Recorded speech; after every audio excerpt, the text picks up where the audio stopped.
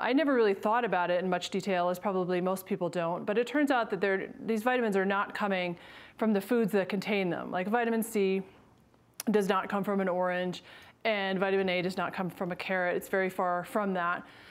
They come from things that really aren't actually foods. Vitamin D, for instance, was probably the most shocking. It comes from sheep grease. So actually the grease that comes from sheep wool.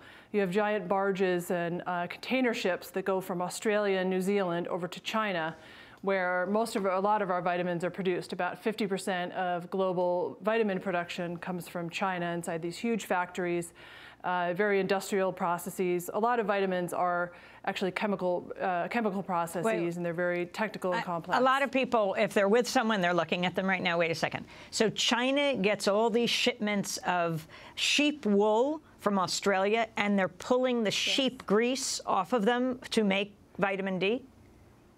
Yeah, sheep grease is actually very useful for a lot of things. It can be used to make moisturizer and lip balm. It can be used for industrial purposes, for lubricants, for engines and machines and things like that. But one of its uses is to be converted through a number of chemical steps and chemical processes to vitamin D, which is added to our food and used in supplements. So what about nylon, Melanie? What does nylon have to do with vitamins? Yeah, it's one of these chemicals that goes into the making of one of the B vitamins. There are many food additives actually that are used in food, but actually also have industrial purposes associated with them. One of my favorites is a food additive called azodioarcarbonamide, and that's actually used quite extensively in bread and bread type products.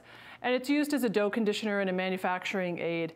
And its main use outside of the manufacturing of bread is for creating foamed plastic, so things like yoga mats. And I encountered some news articles from a number of years ago where a tanker truck overturned on the Dan Ryan Expressway in Chicago carrying azodioarcarbonamide. And city fire officials had to issue their highest hazmat alert and evacuate everyone up to a half-mile downwind because of this chemical spill. So you look at something like that and you wonder, is this something that we really want in our morning toast and the bread that goes on our turkey sandwiches?